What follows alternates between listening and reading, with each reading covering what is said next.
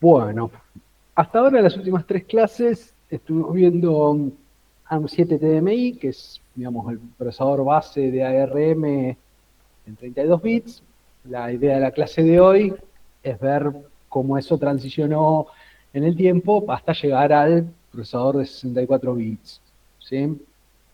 Antes de empezar con la versión de 64 bits de ARM, ¿alguna duda o consulta hasta ahora de lo que vimos? ¿Una inquietud? Yo por ahí tengo una medio boluda. El tema de Dale. cómo escribís código de ARM. Exactamente igual que en el Intel. En un editor de texto, agarras el set de instrucciones, las instrucciones se representan con tres letras y vas escribiendo código. Claro, claro, pero tengo que tipo hacer el GCC y ese objeto lo meto en el ARSIM y ahí lo ejecuto. Sí, en particular la extensión es .s. Estoy diciendo bien. Sí, sí, son .s. A ver, el tema con el assembler es que el assembler es un compilador que te convierte de lenguaje assembler a código de máquina. Hasta ahora ustedes estuvieron usando un compilador que se llama NASM, que compila código assembler de Intel a código máquina de Intel. Y tiene una cierta sintaxis, independientemente digamos, del set de instrucciones, tiene una sintaxis para trabajar. Pero no es el único compilador de assembler que hay. De hecho, el compilador más genérico es AS, que forma parte del paquete GNU del GCC para generar, digamos, GCC en principio te convierte de C a assembler y a S te convierte de assembler a código de máquina. Por eso normalmente se le agrega una G adelante de AS y el compilador de assembler se lo conoce como GAS, que tiene una sintaxis un poco distinta porque es una sintaxis heredada de los primeros compiladores de assembler. ¿Sí? El tema es que GAS tiene la ventaja de que no solamente te compila assembler de Intel, sino que te puede compilar assembler de ARM y assembler de un montón de otros procesadores. ¿Sí? Es como que usar el compilador de Microsoft de Visual Studio, o usar el compilador GCC, o usar el compilador de Intel para C. ¿Sí? Son distintos compiladores. No sé si eso te aclara la duda. Sí, sí, pero por ejemplo, para practicar el Hola Mundo no me salió. Fíjate que los Sola Mundo para ARMSIM los tenés adentro del sitio. Ah, sí, sí, sí, sí, sí. Ta, ta. De hecho, Sí, hay pero para hacerlo más que uno, nada era para practicar eso. de hecho hay un Hola Mundo. Ahí lo pongo en pantalla. No, sí, sí, sí, sé que hay archivos ahí Sí, sí, de eso. este sería el Hola Mundo. Ves, tiene una sintaxis un poco distinta. Aguardame un momento.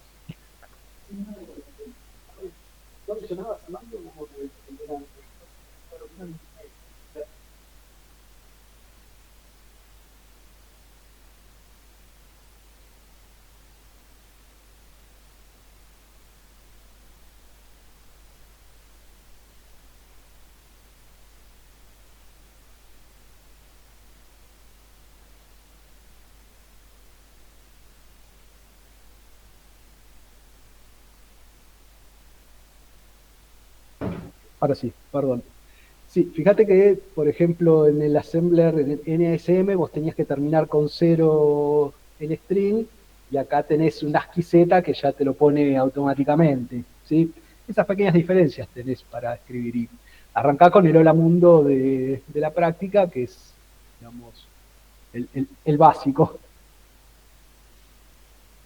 Eso sería un Ok, poco ok, ok.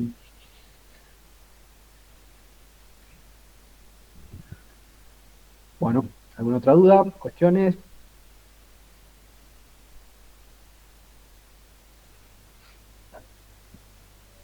Y si no, bueno, la idea de la clase de hoy es, vamos a ver ARM B8, que es el de 64 bits. Vamos a ver brevemente el ejercicio integrador, que es algo muy sencillo, aplicado, es algo parecido a lo que hicimos en las prácticas de los códigos que vimos. Y vamos a ver un caso de uso de las cosas que vemos aquí en la materia, como para digan, bueno, ¿por qué assembler? ¿Por qué estructura de un computador? ¿Por qué los registros? ¿Por qué ver assembler de un procesador, de otro? Etcétera. ¿Sí? Como para darles un ejemplo de aplicación de esto. Eso es un poco la idea de la clase de hoy. Entonces, bueno, empezamos con el set de instrucciones de 64 bits. Pedro, perdón, hay una pregunta ahí en el chat de A ver. Josefina respecto al uso de Visual Studio. Sí. De Visual Studio. El tema es que Visual Studio básicamente es un editor de texto. Vos le tenés que configurar qué ensamblador usar. Como lo estamos usando nosotros con el ARMSIM, lo único que haces es, sin extensiones, tipear el código y guardarlo con una extensión .s. Y después el mismo ARMSIM lo compila y genera el código, lo que sería el código objeto. Vos fíjate que el archivo .s, ahora pongo en pantalla, es texto, ¿sí? Es assembler, digamos, tipeado a mano, con texto, sin más información. Sin embargo, cuando vos ejecutás el ARMSIM,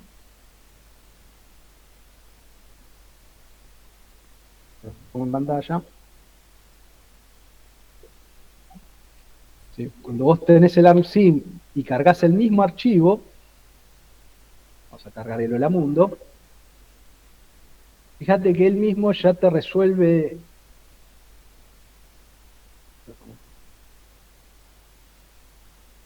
Fíjate que ya te resuelve las direcciones de memoria y el punto y el código de máquina equivalente, y ya generó él el punto O, ¿sí? Es decir, él internamente ya lo compiló de assembler a código objeto. Por eso el Visual Studio no tenés que instalar de nada, simplemente lo usás como un editor de texto, como podrías usar Notepad o Word o el editor de texto que más te guste, ¿sí? No es que tengas una extensión particular para compilar assembler de ARM7 TDMI. Escribís tu texto y el ARMSIM lo compila y lo simula.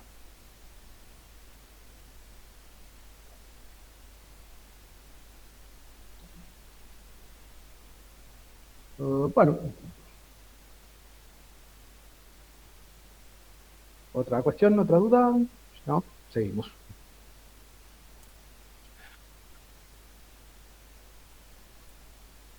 Bueno, vamos a ver un poco de la comparación con la arquitectura Intel, las principales características que tiene referido a esto. Lo mismo para ARM. Vamos a ver un poco cómo es la estructura de los procesadores de ARM y vamos a ver un poco más en detalle el set de instrucciones de 64 bits, el B8-A. Entonces, bueno, la idea es que el procesador que vimos ahora, el ARM7 TDMI, fue la base de los procesadores ARM, y tenía una particularidad, digamos, en la época en que fueron desarrollados, la memoria de 32 bits era cara. Entonces, si uno podía usar una memoria de 16 bits de tamaño de palabra, eso hubiera estado muy bueno.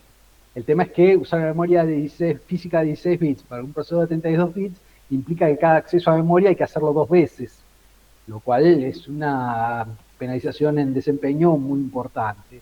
Entonces el ARM7 TDMI tenía una particularidad, y es que tenía un subconjunto de instrucciones llamado thumb, que eran instrucciones de 16 bits. Era un subconjunto, es decir, no eran todas las instrucciones que hay en 32 bits, sino un conjunto mucho más chico, pero que entraba en 16 bits. Entonces uno ponía el procesador en modo 16 bits, podía usar una memoria física de 16 bits, lo cual abarataba los costos del sistema, y el programa se ejecutaba con una performance casi igual a la de 32 bits. El único punto en el cual se notaba una pérdida de performance es cuando se necesitaba cargar constantes de 32 bits que requerían 2 accesos de memoria. Pero salvo eso, todo andaba casi igual. Por eso, en su momento fue un truco para mejorar el desempeño del procesador, abaratando el costo final del sistema, y también fue una de las cosas por las cuales fue usado como procesador para los primeros teléfonos celulares GSM. Fíjense que el celular es un dispositivo que es muy sensible al costo de los componentes, pues es un dispositivo que se produce por millones de unidades, entonces una diferencia de $1 en el costo de un componente es una diferencia en 2 o 3 millones de dólares en un costo de producción. Por eso en ese momento era importante poder usar una memoria físicamente más chica, de la misma capacidad, pero con un menor tamaño físico, ¿sí? Por eso el hecho de usar un set de instrucciones reducido de 16 bits dentro de un procesador de 32 bits, también fue una carta importante para lograr imponerse como procesador. Bueno, a partir del ARM 7, la arquitectura fue evolucionando tanto en los set de instrucciones, en el ISA, es decir, en el software, como en el hardware mismo, en lo que se conoce como las IP cores, Intellectual Property Cores, es decir, en el hardware físico. Acuérdense que ARM era una empresa, o es una empresa que no fabrica el procesador, sino que te da una licencia para fabricarlo y vos lo fabricás. Entonces, para ello tienen un portfolio de procesadores que todos responden al mismo ISA, es decir, todos corren el mismo software, pero que son distintos hardwares, algunos orientados a más potencia de cómputo, otros orientados a menos consumo, etc. ¿Sí? Pues un poco lo que decimos acá, distintos IP cores, distintos hardwares, pueden tener el mismo set de instrucciones. Entonces el software corre en forma transparente, ya que el software ve siempre el mismo conjunto de registros y el mismo conjunto de instrucciones. Entonces el software no se entera que está corriendo en dos tipos de procesadores distintos. De hecho, es algo que se usa mucho ahora en una arquitectura multicore que se llama Big Little, que es usar 4 procesadores de alto desempeño y 4 procesadores de bajo consumo, todos con el mismo ISA. De esa manera, cuando el procesador necesita mostrar video, utiliza los procesadores de alto consumo para poder hacer en forma óptima el procesamiento de video, y cuando el procesador está en stand-by esperando una llamada, usa los procesadores de bajo consumo. Y para el software es totalmente transparente, es decir, el software no sabe si está corriendo en un procesador de alto desempeño o de bajo consumo. ¿Sí? Eso también es importante desde el punto de vista de la integración del sistema, porque entonces yo no tengo que adaptar el software al hardware que estoy usando, sino que switcheo de hardware según un requerimiento dinámico del uso del sistema y el software no es transparente para el software. ¿Sí? Es un poco lo que viene a continuación, que dice, bueno, el software se ejecuta en un hardware de alto desempeño o de bajo consumo según el requerimiento del sistema. Si tengo poca batería, dejo de usar los procesadores de alto desempeño y uso los de bajo consumo, y entre comillas, alargo la capacidad de uso del sistema.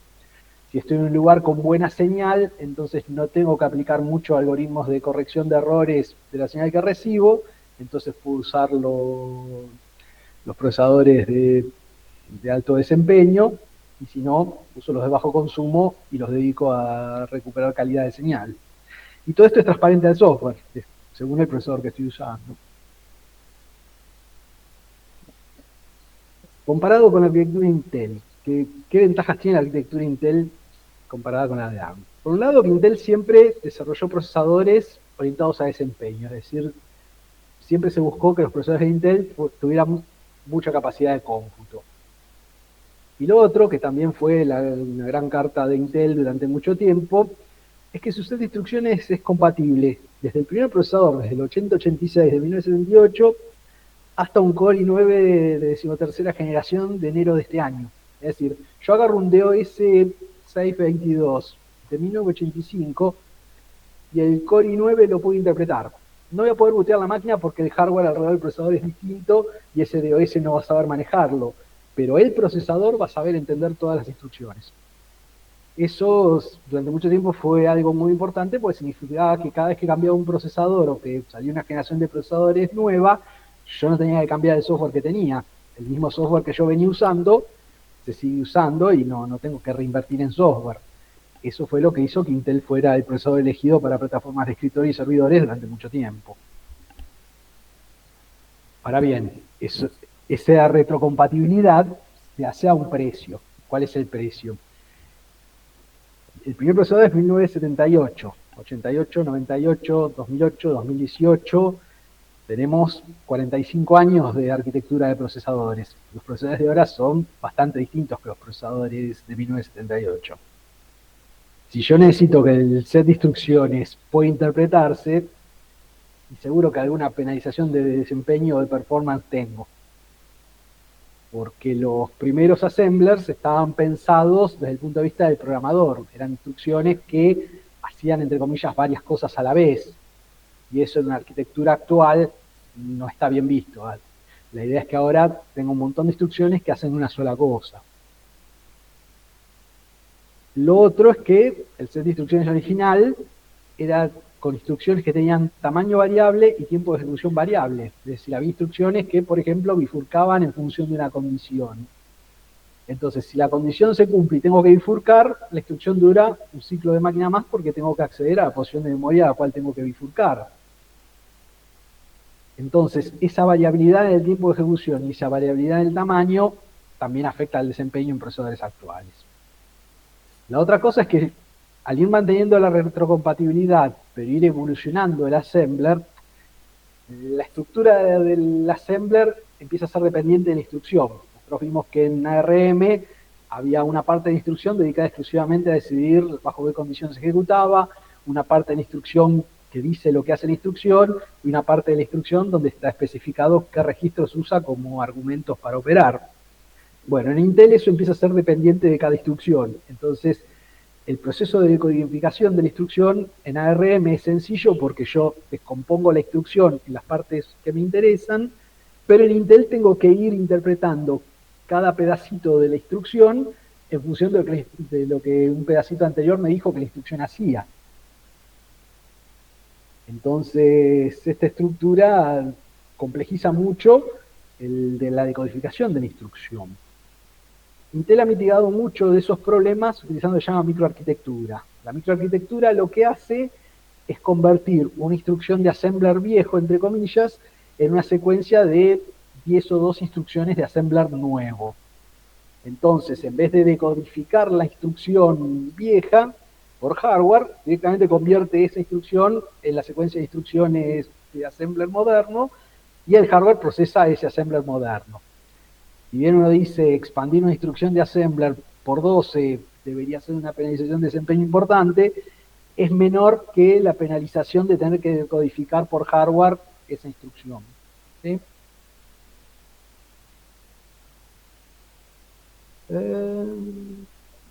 Sí, este tema de, digamos, esto va a ser visto más en detalle en la parte de arquitectura de procesadores, que es el tema que continúa.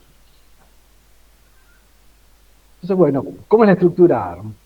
¿Cómo es la arquitectura ARM? Por un lado es superescalar, eso quiere decir que varias partes del procesador se usan al mismo tiempo. Es RISC, eso quiere decir que tengo instrucciones que hacen una sola cosa. Son de 32 bits y a partir del ARMv8 son de 64. Como es una arquitectura RISC, tienen tamaño fijo, todas las instrucciones ocupan 31 bits. Toda su estructura es fija. Los bits del 28 al 31 son los bits de condición, del 20 al 27 son la instrucción en sí, del 16 al 19 y del 12 al 15 son los registros que se usan como argumento, del 0 al 3 otro registro para tercer argumento, y me quedan algunos bits para decodificar alguna particularidad de la instrucción. Tenía ejecución condicional, tenía la estructura esa de load store, es decir, todos los accesos a memoria se hacen con una instrucción específica y las operaciones solo se hacen entre registros. Tengo las pseudoinstrucciones, que son algo parecido a las macros. Y en particular lo que tiene el procesador ARM es que es configurable, es decir, por ejemplo, tiene registros de sistema para determinar si va a ser big endian, little endian, si está habilitada la unidad de punto flotante o no, etc. Los procesadores Intel tienen una única configuración y es esa. Los procesadores ARM, como puedo tener distintos hardware para un mismo software, entonces el procesador tiene registros de sistema para indicar qué hardware hay físicamente implementado.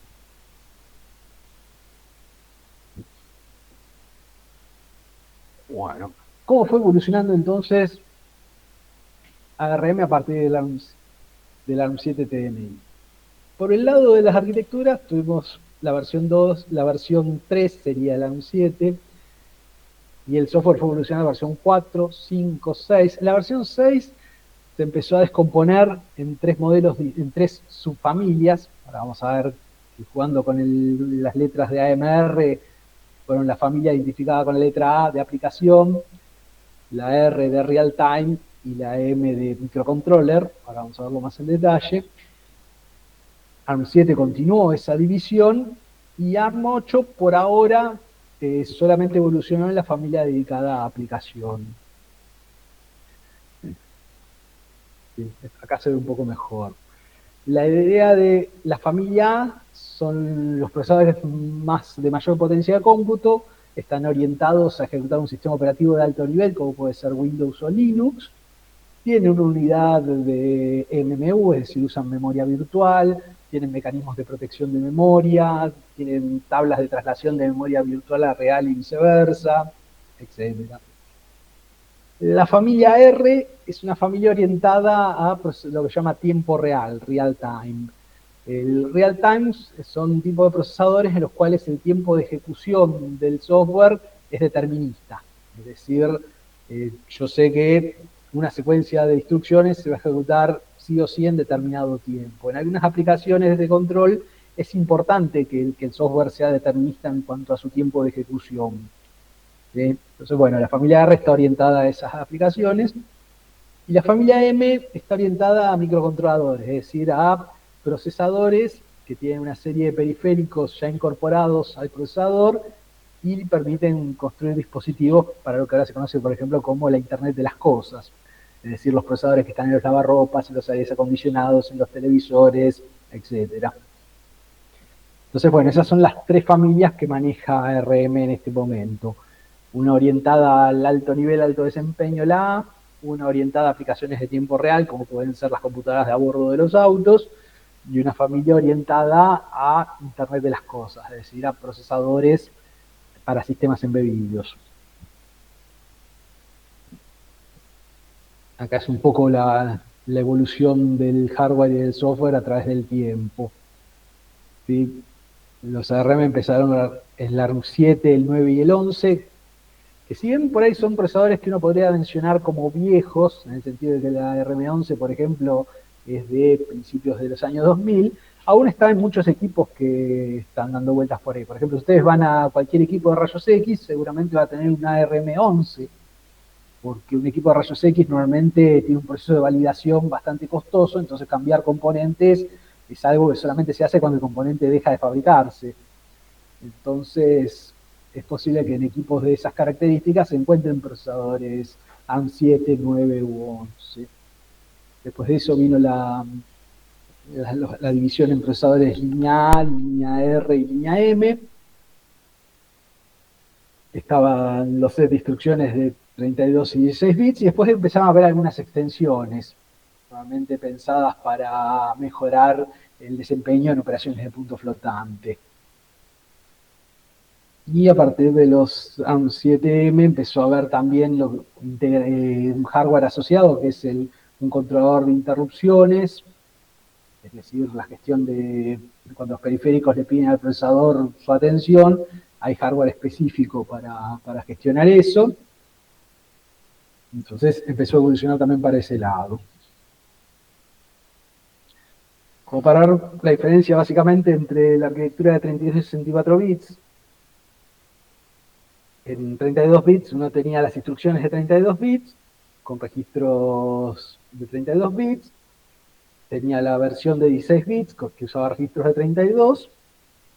En 64 bits hay un único set de instrucciones en las cuales cada instrucción es 32 bits de tamaño y trabaja con registros de proceso general de 64 bits, que pueden ser particionados a 32.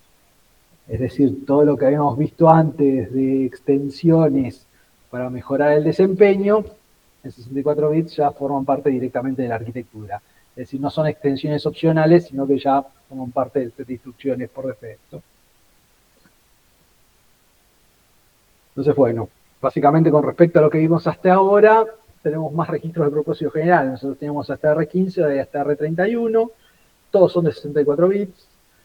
Ahora se maneja memoria virtual de 64 bits, con lo cual cada proceso puede ver más de 4 GB de memoria. En un procesador de 32 bits, uno como máximo puede manejar 4 GB de memoria, lo cual para algunas aplicaciones parece ser suficiente, pero para otras no lo es. Piensen, por ejemplo, en un procesador que maneja bases de datos. Entonces, el set de instrucciones de 64 bits rompe esa limitación de tener un espacio de memoria total de más de 4 GB. Los nombres de los registros se mantienen, de R1 a R30, el stack pointer y el el zero registry, que es un registro que cuando se lee siempre marca ceros y cuando se escribe se pierde el dato que se escribe. Ahora vamos a ver cuál es su utilidad.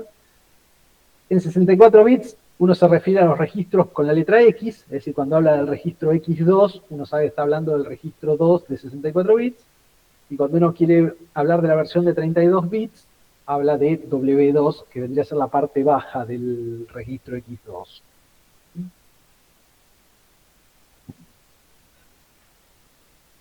Hay dos registros dedicados, el stack pointer, que ahora tiene que estar alineado a 16 bytes, es decir, un múltiplo de 128 bits, y un registro que se llama el zero register.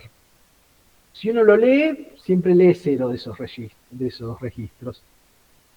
Si uno lo escribe, el resultado se descarta y lo que hace es cambiar los flags. ¿Se acuerdan que uno tenía una instrucción en el assembler de ARM7 TDMI que solamente servía, que era TST, que era para testear los flags, sin dejar el resultado en ningún lado? Bueno, ahora eso se resuelve como si fuera una operación más, solo que el registro de destino borra, no almacena el resultado en ningún lado. Para los que manejan Linux es algo equivalente al dev null, ¿sí? /dev /null. Uno cuando manda algo a dev null simplemente se pierde. Bueno, el registro 0 tiene un poco esa función. Están los registros de punto flotante, que son de 128 bits.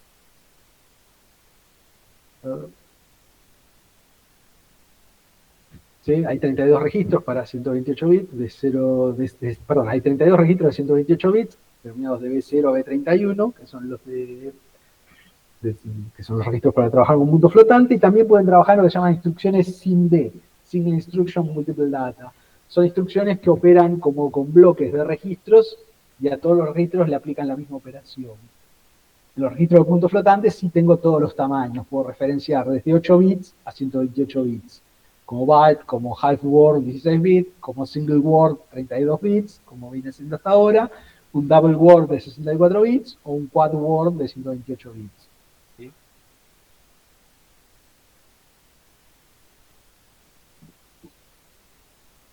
Después, tengo registros de sistema, que son registros que de alguna manera configuran al procesador y definen cómo se va a comportar frente a lo que llaman las excepciones, que es decir, qué pasa cuando algo no anda bien. Normalmente los registros de sistema se identifican con un guión bajo EL y un número X. Ese número habla de a partir de qué nivel de privilegio se puede usar.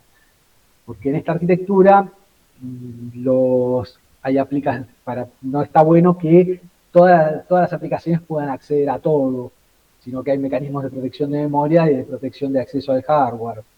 Entonces el procesador tiene que estar en un determinado estado para que se puedan hacer determinadas cosas.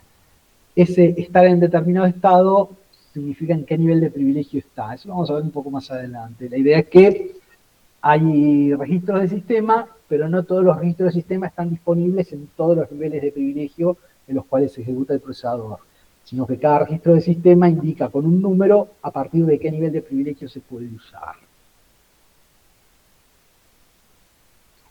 Y hay instrucciones específicas para acceder a ellos, MRS y MSR.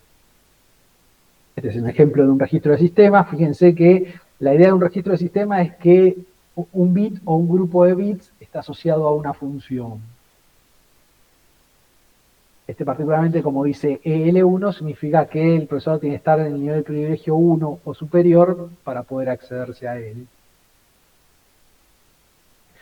Después, bueno, lo que sería la calling convention, digamos, para qué se usa en general los registros en este set de instrucciones. El R0 es el registro de retorno por defecto. De R0 a R7 se suelen enviar los argumentos para cosas que ocupen hasta 64 bits. R8 para punteros.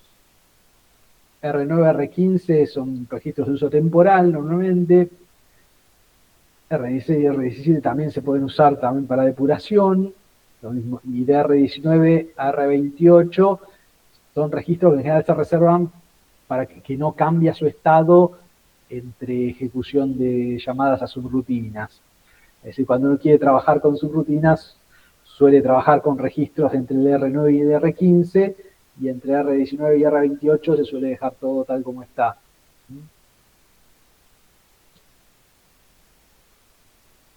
Hay instrucciones de punto flotante para casi todas las operaciones, ¿sí? Digamos, todas las operaciones enteras que vimos hasta ahora tienen una F adelante y son la versión en punto flotante de esa instrucción. Y hay instrucciones para convertir de escalares a punto flotante con signo y sin signo.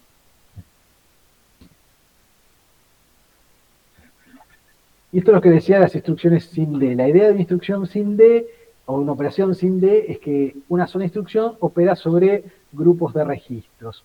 A cada par, por ejemplo, yo tengo los registros BN que son de 128 bits, yo los puedo ver como 4 registros de 32 bits. Yo esos 4 registros de 32 bits los cargo con 4 datos distintos y yo hago la misma operación sobre cada par de registros. Es decir, yo defino sobre la parte baja, digamos, los primeros 32 bits del registro B0 y B1, y si hago una operación de suma. Lo mismo sucede con la parte que va de 32 a 63, de 64 a 95, de 96 a 127. ¿Sí? Cada uno de estos pares normalmente se denomina carril o lane. Eso es una terminología que van a ver mucho si ven la arquitectura de GPUs. La GPU hace un uso muy intensivo de esta estructura. Entonces, es importante también que la conozcan. También uno puede trabajar con lo que llaman vectores en SIMD, es decir, yo puedo definir registros de 32 bits, o registros de 64 bits, o registros de 96 bits, ¿sí? Y los puedo sumar en bloque o multiplicar en bloque. Normalmente el uso de los registros de punto flotante es B0 para el retorno de las funciones, de B0 a B7 para los argumentos, de B8 a B15 son los registros que normalmente se salvan entre llamadas, no se tocan entre llamadas a subrutinas, y de B16 a B31 son los registros que usa internamente cada subrutina. Esa es más o menos la intención de uso de los registros. Después, obviamente eso va a ser dependiente del compilador, pero la idea es que el compilador respete esto.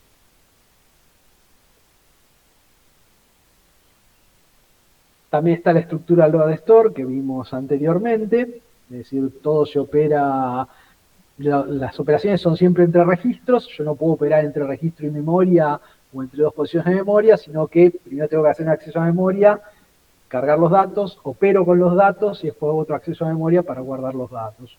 ¿Sí? Eso se mantiene respecto del set de instrucciones de 32 bits. Hay extensión de signo, igual que en 32 bits, solo que acá puede ser hasta 64 bits.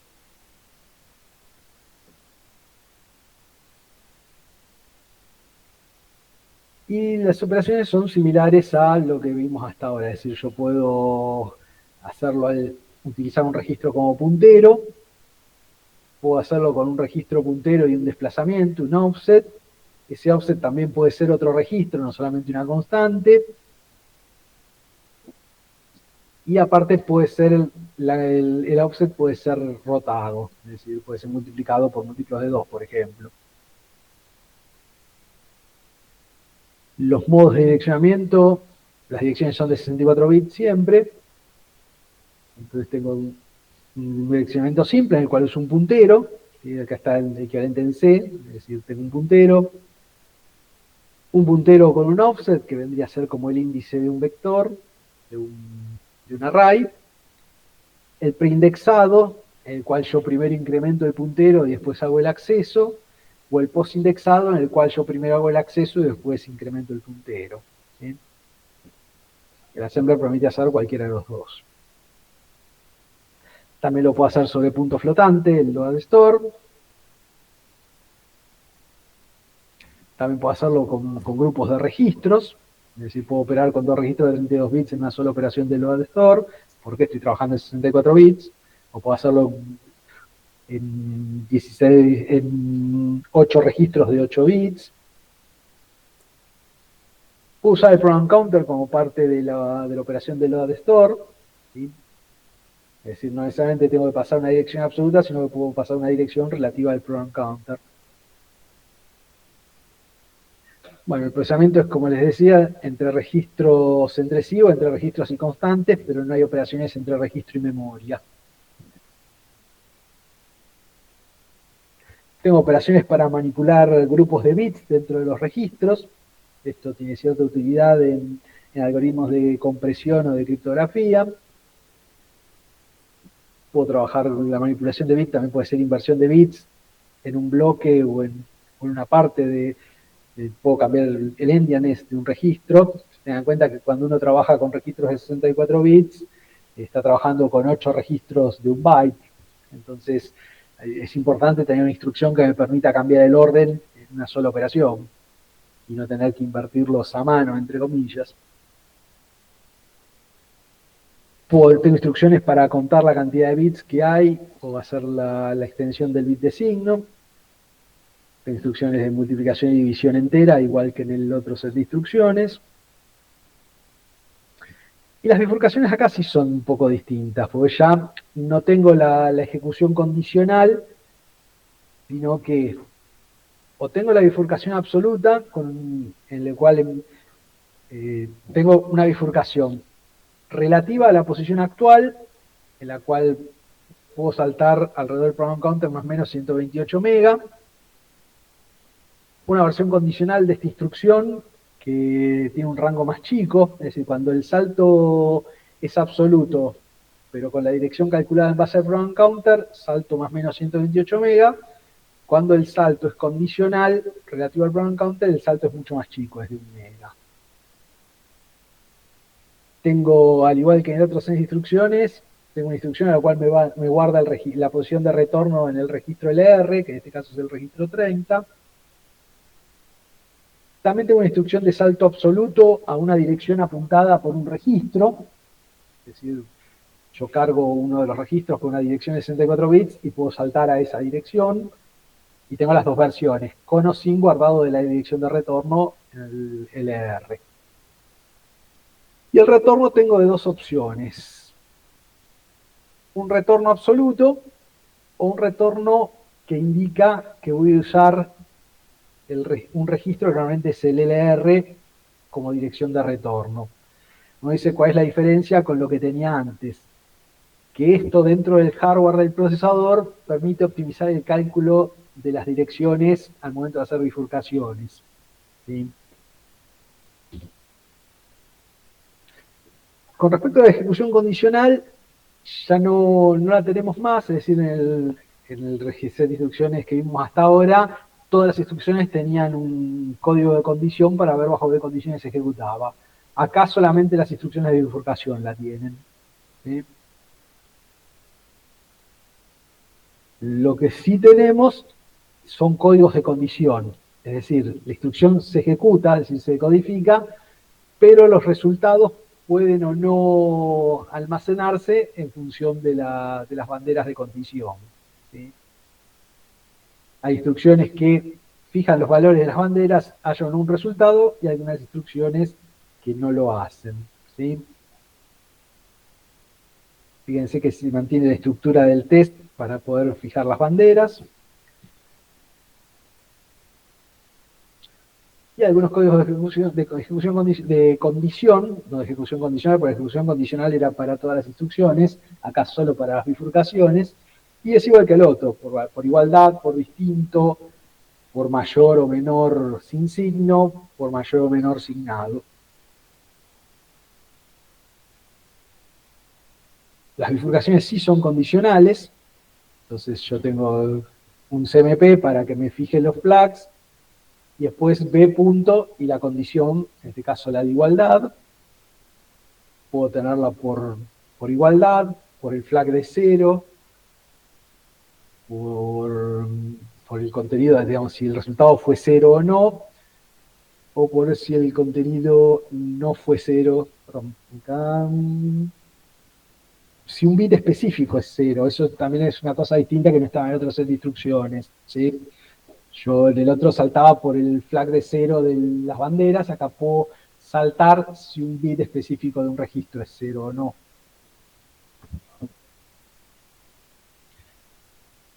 Lo mismo con las operaciones condicionales. Yo ejecuto la instrucción pero el resultado puede o no copiarse en función de la condición. Por ejemplo, esta instrucción CCL es, si se cumple la condición, es decir, igualdad, en X7 guardo X2, si no guardo X0.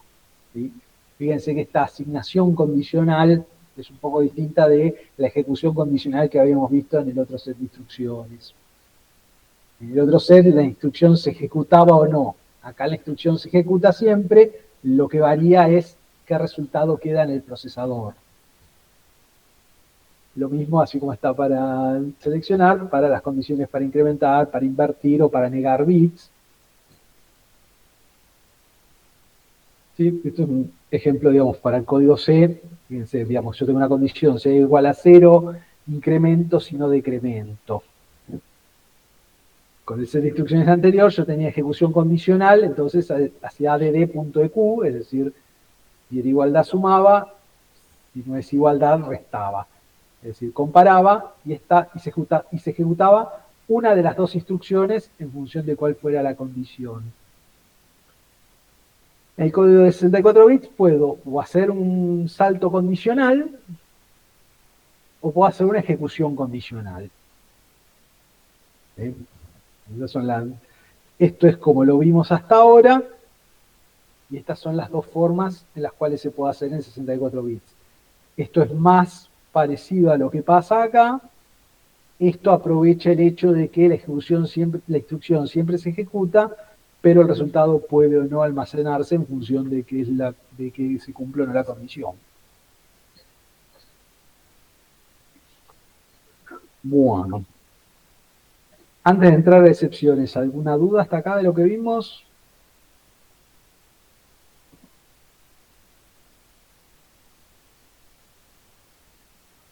Bueno, entonces vamos a explicar brevemente lo que hablamos de excepciones. Vieron que yo les dije que había registros de sistema que dependían de en qué estado estaba el procesador. Bueno, el procesador en 64 bits se espera que esté en 4 posibles estados. A estos estados se los conoce como niveles de excepción, ¿sí? Y tiene que ver con el hecho de que el software pueda o no acceder a ciertos recursos del procesador o a ciertos recursos de memoria, ¿sí? Cuando hablo de recursos del procesador, por ejemplo, me refiero a la unidad de gestión de memoria virtual. Entonces, este acceso se granulariza mediante lo que se llaman niveles de privilegio. Es decir, el software corre en determinado nivel de privilegio en función de cuál es el estado en el cual se encuentra el procesador al momento de estar ejecutándose. La idea es que hay 4 niveles. El nivel más bajo, el nivel 0, está pensado para las aplicaciones y es el que más limita al software. El nivel 1 está pensado para un sistema operativo, es decir, tiene que tener un cierto acceso al hardware y a los distintos espacios de memoria de las aplicaciones. El nivel 2 está pensado para lo que serían máquinas virtuales, es decir, cuando yo pongo una máquina virtual, el nivel 0 corre la aplicación dentro de la máquina virtual, el nivel 1 corre el sistema operativo virtualizado, y en el nivel 2 corre la máquina virtual y el sistema operativo anfitrión. Si tengan en cuenta que esto puede estar pensado para correr un Linux virtualizado dentro de Windows, un Windows virtualizado dentro de Linux, o cosas por el estilo. Y por encima de todo eso hay el nivel de máximo privilegio, está pensado o para el software que directamente interactúa con el hardware, o para el software considerado seguro. Es decir, cuando yo implemento zonas de seguridad en la cual quiero que determinado software no pueda ser alterado por otros componentes del sistema, lo ejecuto en ese nivel de privilegio. Entonces, los 4 niveles están pensados: aplicaciones, sistema operativo, virtualización y firmware o software con acceso directo a hardware. ¿Sí?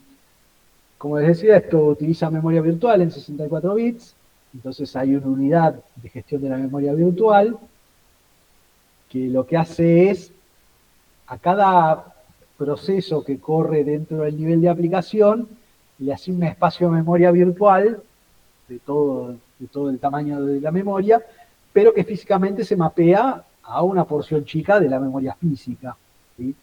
Entonces la unidad de memoria virtual es la que maneja esa traslación entre la memoria que cree que tiene la aplicación y la memoria real del sistema.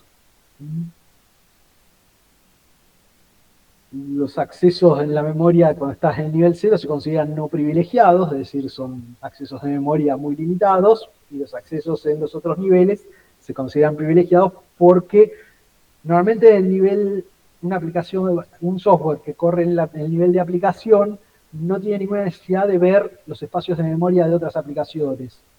Pero el software que corre en estos niveles privilegiados puede tener la necesidad de ver la memoria interna de las aplicaciones. Por eso se lo consideran accesos privilegiados.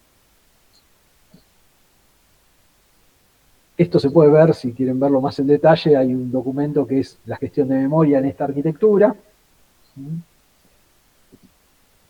Y ahí se explica mucho más en detalle todo este tema de la memoria virtual.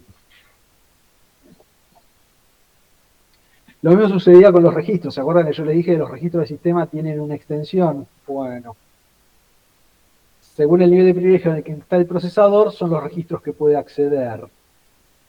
Y cada nivel de privilegio tiene su propio juego de registros. Es decir, el registro SCTLR EL1 es distinto del SCTLR EL2. ¿Sí? Si bien tienen el mismo nombre y la misma funcionalidad, no son físicamente el mismo registro.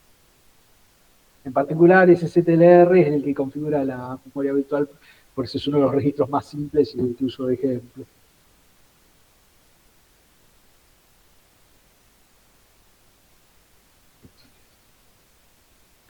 También un poco esto es un poco, piensen que estábamos hablando de entornos de software heterogéneos, con máquinas virtuales, con sistemas operativos cruzados.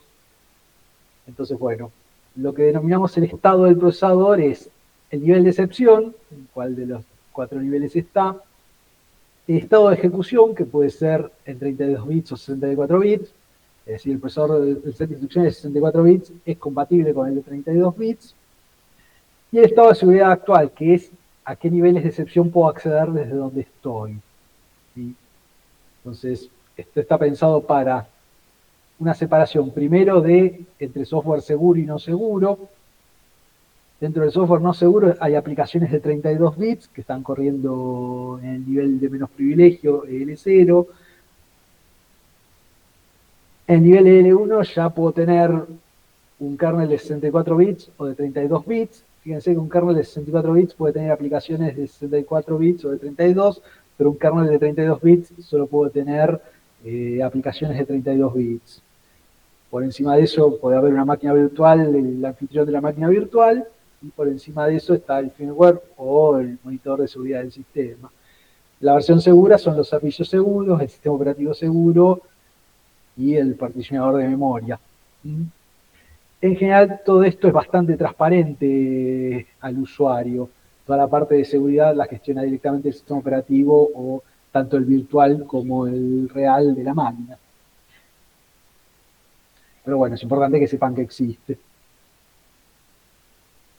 Como les decía, el estado de ejecución puede ser de 32 bits o de 64 bits. En el estado de ejecución de 32 bits, lo que se ejecuta es el software compatible con el set de instrucciones ARM V7A. Y en el V7A uno tiene las instrucciones de 32 bits y la versión de 16 bits, la TUMB, que pueden ser instrucciones de 16 o de 32 bits. Y todos los registros son de 32 bits. Y tengo el estado de ejecución de 64 bits, en el cual todo es de 64 bits con instrucciones de 32 bits. Estos dos son lo que sería la diferencia entre esto y esto. Y el estado de seguridad es seguro, es decir, la idea es que en el estado seguro del procesador, el software que está corriendo en ese estado pueda acceder a todos los espacios de memoria físicos del sistema, tanto seguros como no seguros, y estado no seguro, la idea es que el software solo pueda acceder al espacio de memoria que tiene asignado. Todo este concepto está en un documento denominado TrustZone, que es algo que implementa RM. Pues tengan en cuenta que estos procesadores están pensados por ahí para trabajar en un cajero automático, ¿sí? Entonces ahí la interfaz del usuario no necesariamente tiene que ser segura, pero la parte de las transacciones sí tiene que serlo. Entonces, por eso esta partición. Y los cambios de estado de ejecución no se puede ir de todos lados a todos lados, ¿sí? Un poco lo que está acá es la versión en texto de lo que pasa acá. Yo de 64 bits puedo pasar a 32 o a 64. De 32 bits en el estado 1 solo puedo pasar a 32 bits en el estado 0. Esto me da como consecuencia que un sistema operativo de 32 bits solo puede correr aplicaciones de 32 bits. Yo no puedo correr una aplicación de 64 bits en un sistema operativo de 32 bits. En palabras, acá dice eso. Esta es lo que decía de los cambios, es decir, yo cuando estoy en el estado 1 en 64 bits, puedo pasar a un estado 0 de 64 de 32. Cuando estoy en el estado 1 de 32, solo puedo pasar a un estado 0 de 32. Y esto que pasa entre L0 y L1 pasa para arriba también. Por eso una máquina virtual de 64 bits no puede tener un sistema operativo host de 32 bits. Bueno, esto es un poco la versión en texto de lo que les expliqué hasta ahora. Y fueron los distintos tipos de excepciones que uno puede tener. Porque todo esto tenía que ver con el estado del procesador. ¿Qué pasa cuando algo se sale del libreto? ¿Sí? La idea es que una excepción es un evento en el cual yo tengo que dejar de hacer lo que estoy haciendo y cambiar el estado del procesador para que se pueda ejecutar un código que pueda gestionar el evento que produjo esta excepción. ¿Sí? Y se clasifican en dos tipos, sincrónicas y asincrónicas. La idea de las excepciones sincrónicas son que son causadas o tienen que ver con las instrucciones que están ejecutando. Es decir, están sincronizadas con la secuencia de instrucciones. Esto es importante porque van a ver más adelante que la instrucción se decodifica en varias etapas. Entonces, si yo tengo algo que es sincrónico a la decodificación de instrucciones, lo puedo manejar de una manera sin perder lo que estoy haciendo. Si yo tengo algo que es asincrónico a la ejecución de instrucciones, tengo que parar todo el proceso de decodificación y pasar a atender eso, lo cual tiene una penalización de desempeño muy importante en los procesadores. Por eso la diferencia de excepciones entre sincrónicas y asincrónicas.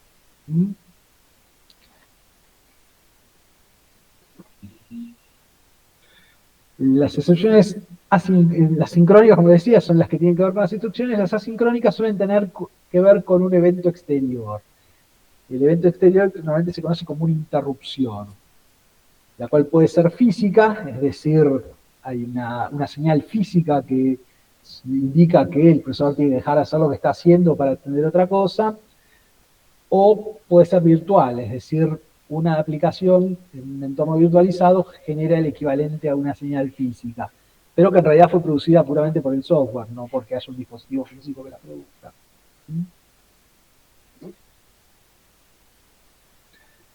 Las interrupciones físicas que podemos tener básicamente son IRQ y FIQ, que en las familias anteriores de procesadores eran dos tipos de interrupción físicas distintos porque uno tenía un procesamiento más rápido que el otro. La idea de FIQ, la F era de fast, la idea de que era una interrupción que necesitaba ser atendida inmediatamente. Estaba pensada para dispositivos de comunicación de muy alta velocidad, que tenían buffers o capacidad de almacenamiento muy chica, entonces necesitaban inmediatamente atención del procesador. La IRQ era una atención de un dispositivo externo que podía estar un tiempo sin que el procesador le prestara atención.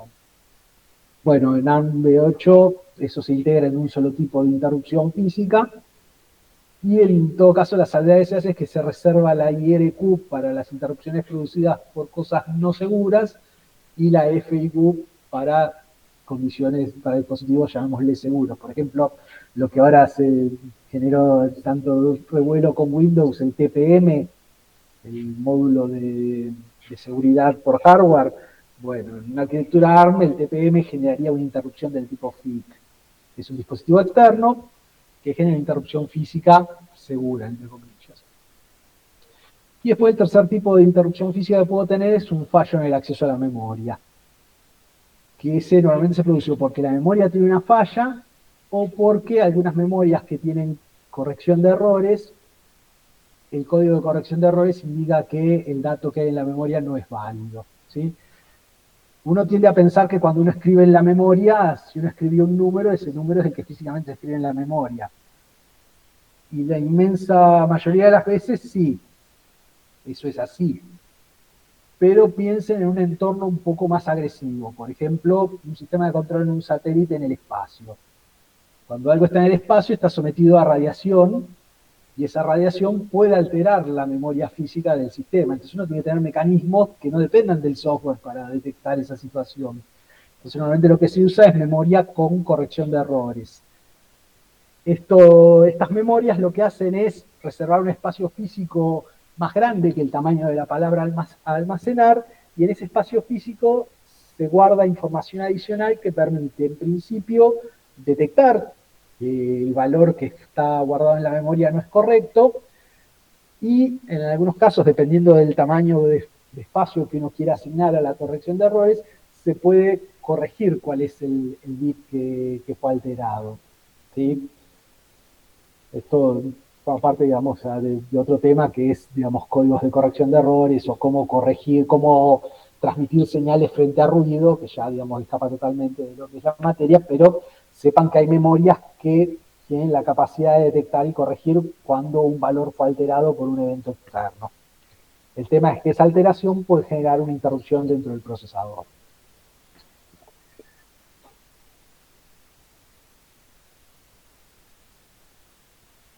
La idea de gestionar una excepción es que cuando se produce la excepción se está ejecutando algún determinado código, se pasa a ejecutar código que está a partir de una porción de memoria conocida. A eso normalmente se lo denomina top level handler, que es decir, por ejemplo, todas las interrupciones externas son atendidas por una rutina de interrupción principal, y esa rutina a su vez llama a subrutinas que son capaces de atender al dispositivo específico que generó la interrupción, ¿sí?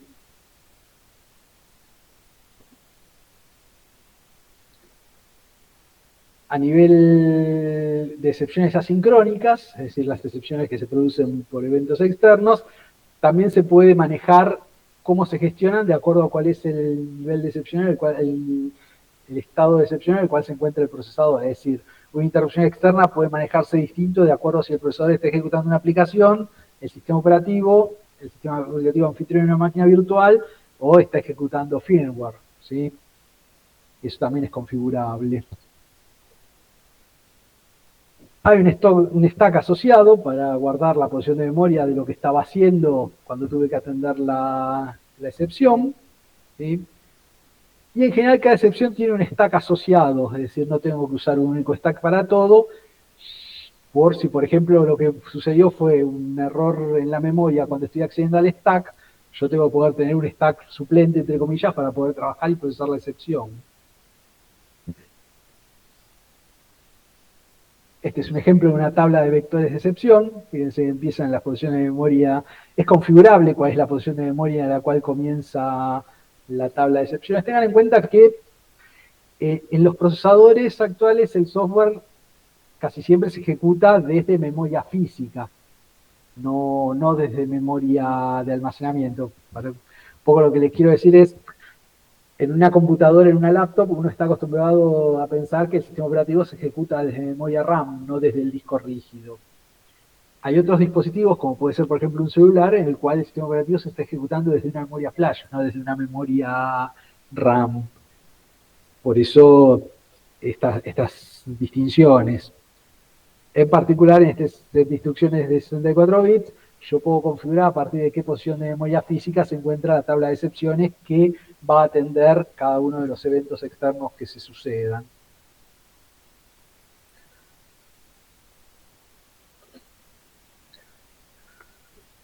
Bueno, esto fue la idea, darles un pantallazo de cómo es una arquitectura de 64 bits de ARM, como para que ustedes vean que, digamos, no todo es el set de instrucciones de Intel.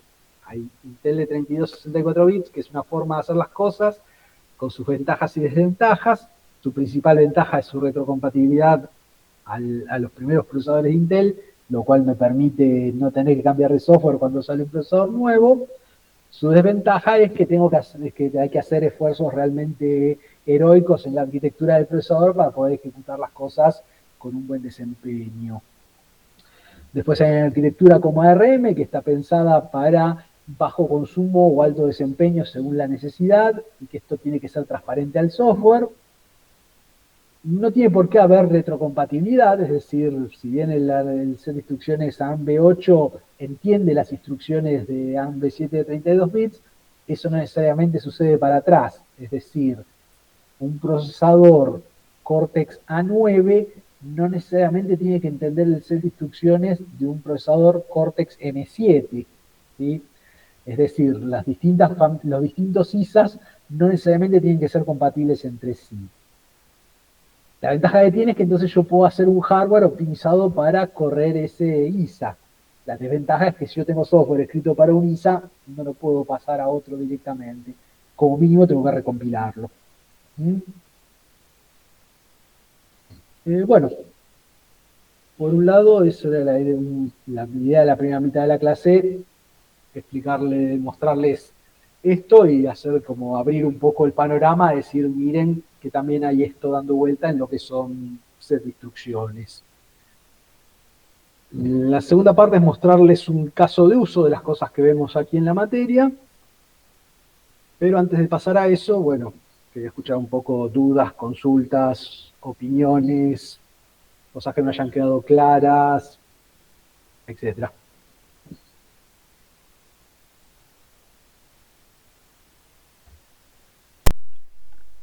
¿Están? Pasa que Son dos. es fan de información y todo junto. Entonces, Sí, ten en cuenta que más que nada esto es algo descriptivo, ¿sí? La idea es de contarles, mirá que hay esto. ¿Hasta qué punto pueden ustedes llegar a verse con esto en la vida real? Es bastante dependiente de lo que hagan. Por eso mi intención más que nada es que les quede el concepto de, miren que las cosas pueden ser distintas, no tomen como verdad absoluta lo que hace Intel. Si bien es lo que más probablemente vean, no significa que sea la única forma de hacer las cosas. Y si, por ejemplo, se dedican a desarrollar software para celulares, para ver las cosas son un poco distintas. ¿Mm? Un poco eso es la idea de mostrarles estas cosas.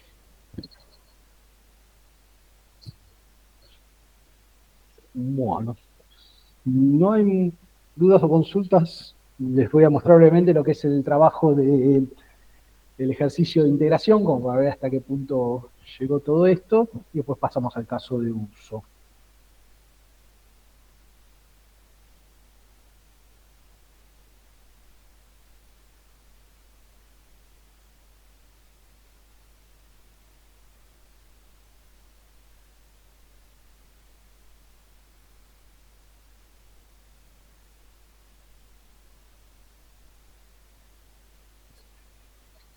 Bueno, todavía no lo subí al campus, prometo hacerlo ni bien termina la clase. Este es el ejercicio de integración, hay 2 semanas para hacerlo y se entrega a través del campus. Y básicamente lo que se pide es, uno agarra el ARM-SIM, carga el PR16 registro indirecto.s, que es uno de los ejemplos que vimos cuando vimos el set de instrucciones, y va ejecutando paso a paso el programa. Cuando uno llega a esta instrucción, a LDR R1 contenido de R2, que está en la posición de memoria 1024 y se codifica de esta manera, tiene que registrar cuál es el contenido de los registros R1 y R2 y qué hay en estas posiciones de memoria, en estas 4 posiciones de memoria. Esto por cada vez que el programa pasa por esa instrucción. ¿Sí? Que se agarra el ARM-SIM, ejecutarlo paso a paso, y cada vez que pasa por ahí, después de que pasó por ahí, qué quedó en R1, qué quedó en R2 y qué quedó en esas 4 posiciones de memoria. Eso para este ejemplo. Y después lo mismo para este otro ejemplo, para PR21, después de ejecutar esta instrucción, que es una instrucción de guardado en memoria, que queda en los registros R0, R3 y R4, y qué es lo que queda en estas 8 posiciones de memoria. Cada vez que pasa por esta instrucción. Si no recuerdo mal, pasa 4 veces en cada uno de los 2 ejercicios. Así que hay que hacerlo 4 veces este ejercicio. Anotan eso en una tabla, lo suben al campus y eso es todo. en un Excel, ¿va o...? En un Excel, en un Word, en una hoja cuadriculada con letra prolija y escaneada. Es más que nada un ejercicio para ver que más o menos tiene idea de qué es lo que está haciendo este set de instrucciones y más o menos tiene idea de cómo funciona el ARM-SIM como herramienta para ver registros y memoria. Y eso es un poco la idea de estos 2 ejercicios. no son definitorios para aprobar la materia, es decir, si lo que pones está todo mal, no hay problema, el tema es que hagan el esfuerzo de ver qué es lo que hay en cada registro, por eso la entrega sí es obligatoria. No tiene un aprobado o desaprobado, pero sí tiene una entrega obligatoria. El PR21, todos esos ejercicios están en la El página, sitio en el web, campo. sí, Ah, a ver, eso ya está en la página, ¿no? Listo. sí, ahí me fijo, te lo pongo, dame 2 segundos, porque es con otro usuario el campus. Eh,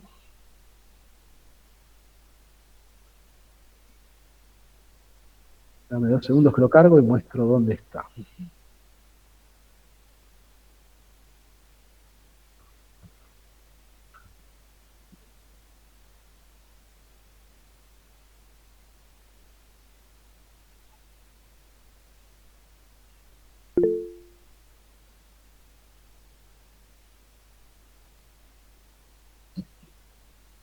Sí, este es el campus de la materia. Y en la parte donde dice enlace al sitio de Google Sites,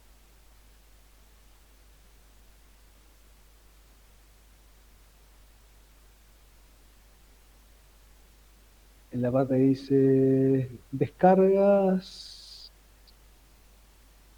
laboratorio ARM, ejercicios, prácticas. Y dentro de prácticas están todos los PR.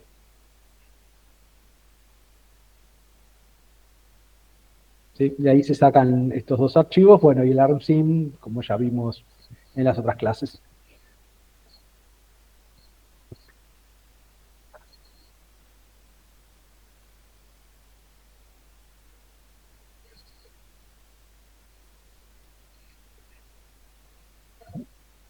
Buenísimo.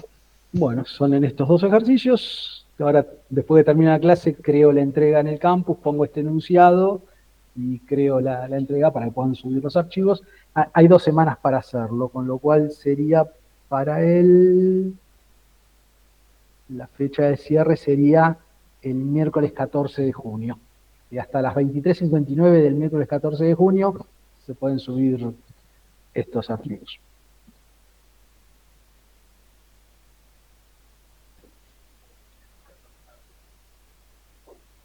Bueno, y para ir cerrando este tema, les iba a mostrar un caso de uso. Si no hay más dudas o consultas de lo que vimos hasta ahora o de este ejercicio integrador, pasamos al caso de uso.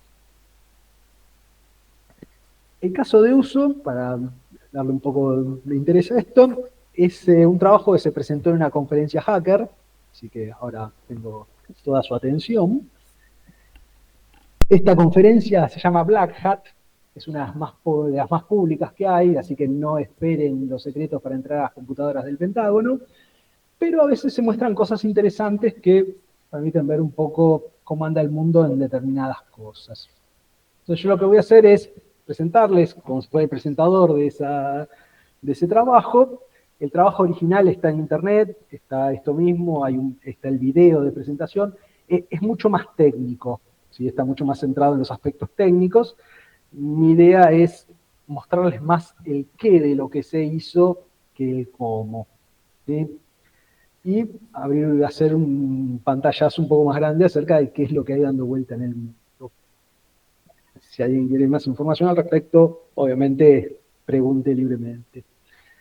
Lo primero es el nombre. El modo Dios desbloqueado. Puertas traseras de hardware en procesadores x86. Una cosa que tienen los hackers es que ponen nombres muy irónicos a las cosas que encuentran. Normalmente a las vulnerabilidades que encuentran las suelen llamar exploits. Entonces les ponen nombres bastante irónicos a los exploits. Esto no es original de ellos. Aguarden un momento.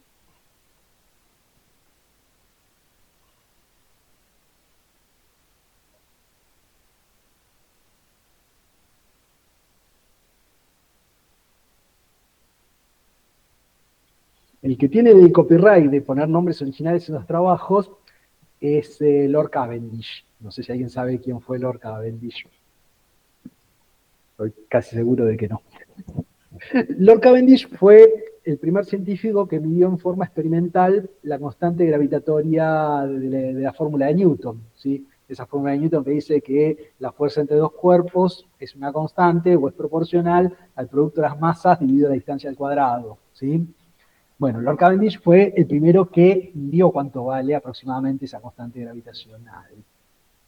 Y cuando él presentó el trabajo en la Royal Society, no lo llamó medición de la constante gravitacional de Newton, medición de la constante de atracción entre dos fuerzas o algo por el estilo.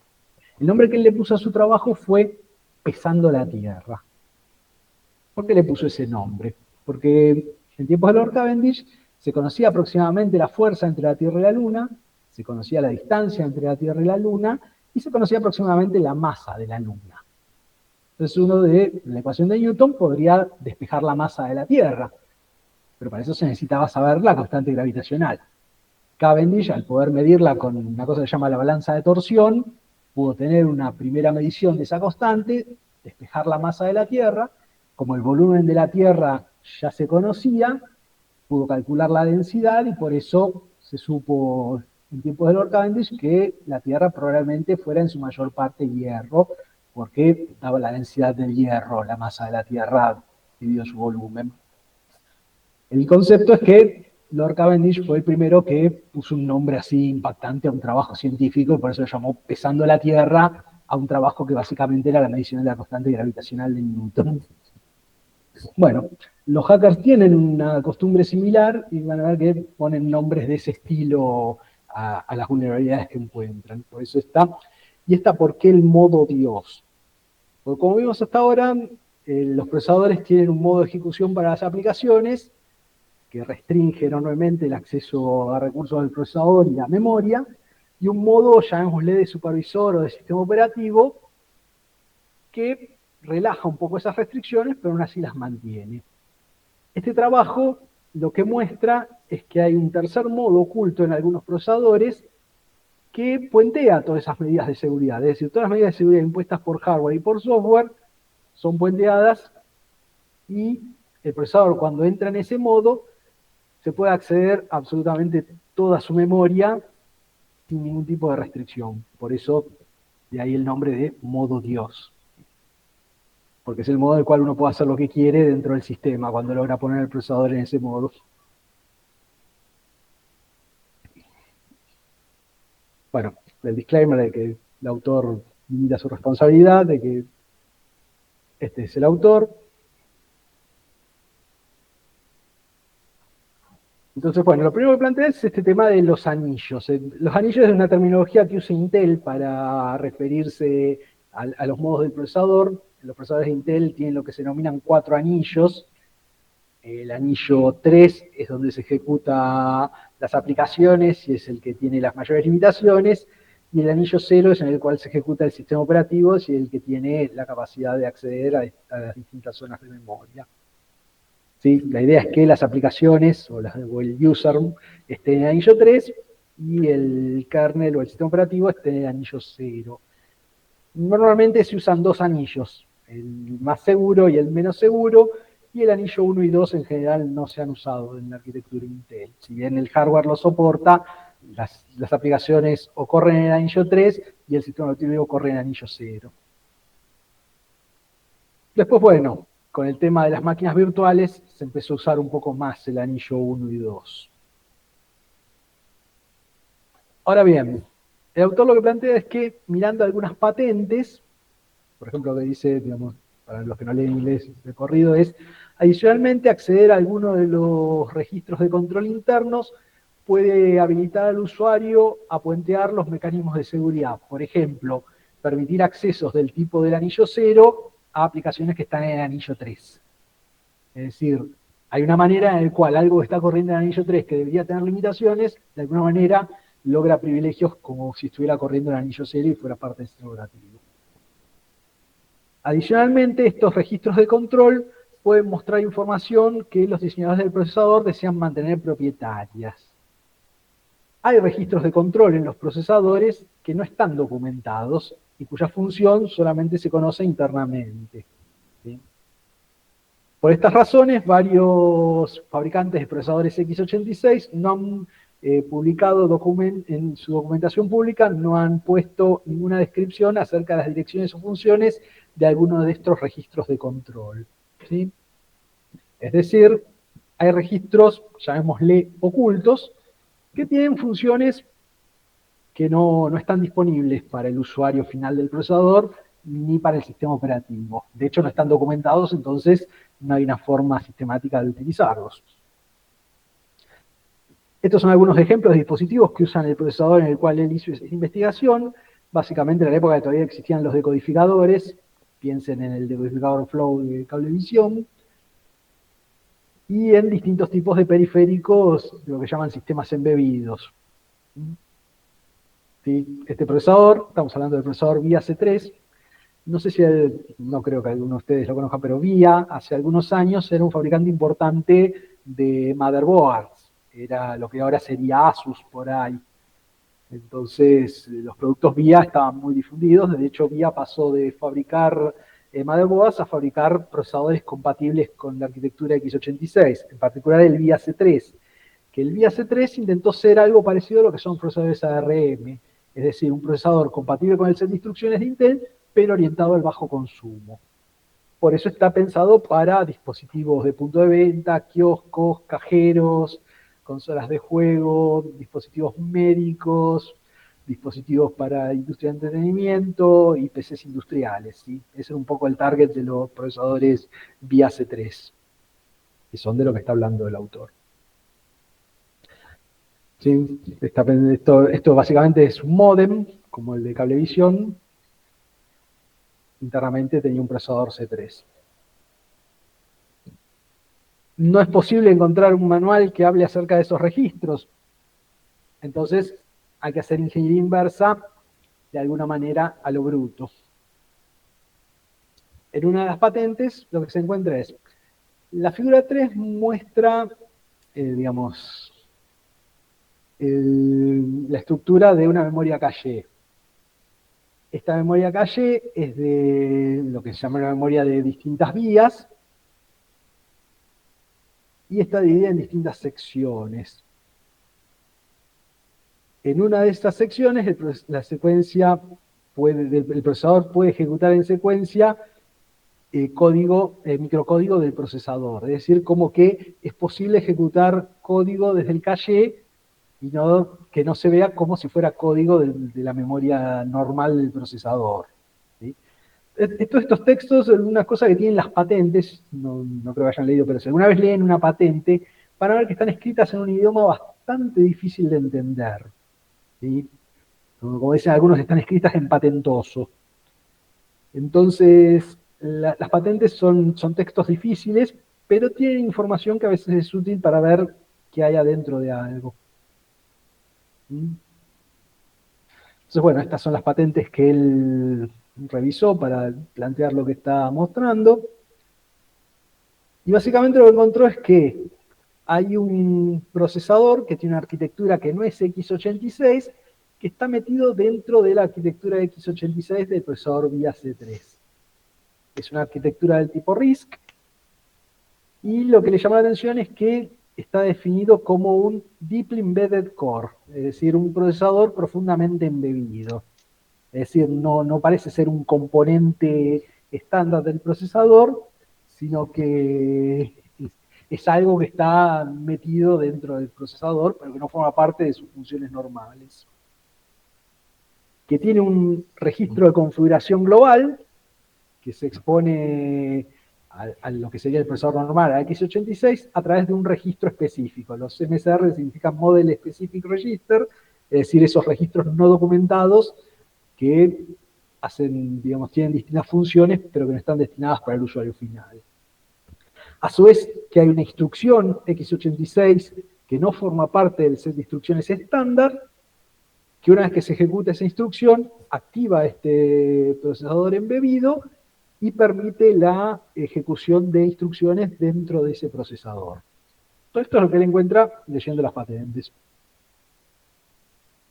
Entonces, si hay un procesador dentro del procesador, de alguna manera puede ser usado como puerta trasera para ejecutar software que no cumpla con los requisitos de seguridad implementados en el sistema operativo o en el hardware del procesador x86 estándar. Entonces, bueno, estas son las patentes que él ve. Esta patente es un registro de modelo específico que puede ser usado para puentear los chequeos de seguridad del procesador. Un registro específico que puede ser usado para activar nuevas instrucciones del set de instrucciones x86. Una instrucción que puede ser usada para empezar a ejecutar instrucciones dentro de este procesador embebido. Todo esto, es decir, no es información secreta, son patentes y las patentes son públicas. Bueno, está patentada la forma de activar este procesador embebido dentro de otro procesador. Ahora, que uno sepa públicamente que algo existe no significa que lo pueda usar porque no está documentado cómo usarlo. Entonces, ¿qué hay que hacer? Hay que encontrar un registro no documentado que genere una nueva instrucción x86, ¿sí? Tengan en cuenta que cuando uno ejecuta una instrucción x86 que no forma parte del set de instrucciones, se genera una excepción de instrucción no reconocida y el procesador se bloquea, ¿sí? Entonces, ejecutar una instrucción al azar lo que hace es bloquear al procesador. Uno tiene que primero activarla. Por eso hay que encontrar el registro que active la instrucción, que esa instrucción active al procesador embebido y que ese procesador embebido de alguna manera pueda acceder a cosas que normalmente no debería ser posible accederlas desde una aplicación. Ahora bien, en la arquitectura los registros son de 64 bits y tienen distintas funciones. Algunos se usan para depurar al procesador a medida que se lo va desarrollando. Tengan en cuenta que no es que termina el desarrollo del procesador y se pasa a producción. El desarrollo del procesador es un proceso continuo. Entonces, el procesador en producción tiene registros que son para su depuración y para verificar que está funcionando correctamente. Algunos registros son contadores o acumuladores para ver el desempeño del procesador. Otros son para la configuración del caché. Por ejemplo, ustedes ven que un procesador AMD o Intel se vende con un caché de 64 kilobytes, 128 KB, 1 MB, 4 MB, 8 MB. ¿Eso significa que Intel o AMD fabrican procesadores que físicamente tienen distintos tamaños de caché? No. Todos los procesadores se fabrican con la misma cantidad de caché, el máximo, y se activa o desactiva en función de las necesidades de mercado. Si por alguna razón hay un pico de consumo de procesadores con la máxima cantidad de caché, salen todos.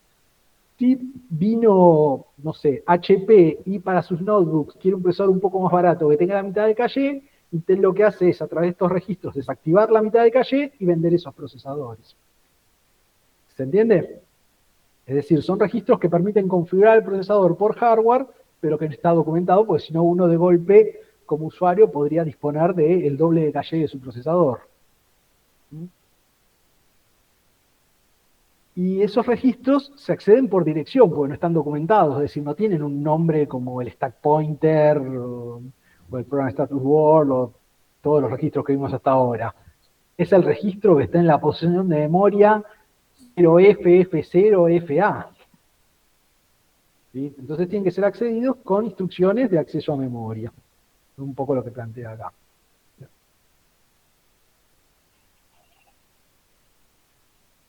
Por otra parte, se supone que como es un acceso a todo el mapa de memoria de registros, debería ser posible hacerlo solamente desde código de sistema operativo, es decir, desde anillo 0. Pero puede que no. Puede ser que haya registros que son accesibles desde el anillo 3.